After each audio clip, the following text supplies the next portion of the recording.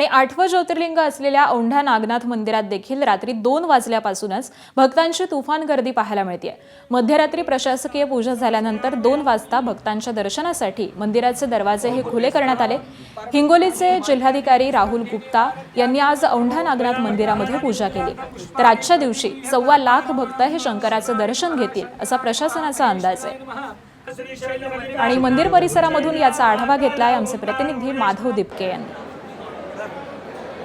आज महाशिवरात्री निमित्त देशभरातील सर्व शिवालय भक्तांच्या गर्दीनं गजबजलेले आहेत। मी सध्या उभा आहे 8वें ज्योतिर्लिंग असलेल्या औंढा नागनाथ मंदिरामध्ये आणि आपण या ठिकाणी बघताय संस्थांच्या वतीनं आणि भक्तांच्या वतीनं या ठिकाणी मंदिरामध्ये फुलांच्या माध्यमातून आकर्षक अशी सजावट करण्यात आलेली आहे।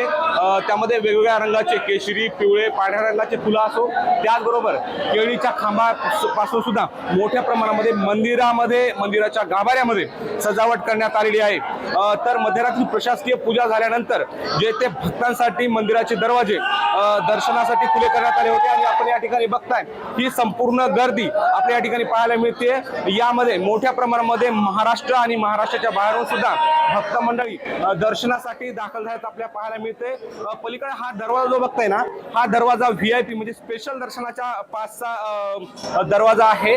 या ठिकाणी जो कर असतो संस्थांचा, तो कर भरल्याच्या नंतर या रांगेमध्ये लागण्याची मुभा मिळते। परंतु या ठिकाणी सुद्धा मोठ्या प्रमाणामध्ये गर्दी आहे। साधारणतः 6 ते 7 तास रांगेत थांबल्याच्या नंतर भक्त मंडळींना दर्शनासाठी या ठिकाणी मध्ये जाता येत आहे। एवढा प्रदीर्घ काल थांबावं लागतंय, एवढी मोठ्या प्रमाणामध्ये गर्दी औंढा नागनाथ मंदिरामध्ये पाहायला मिळते।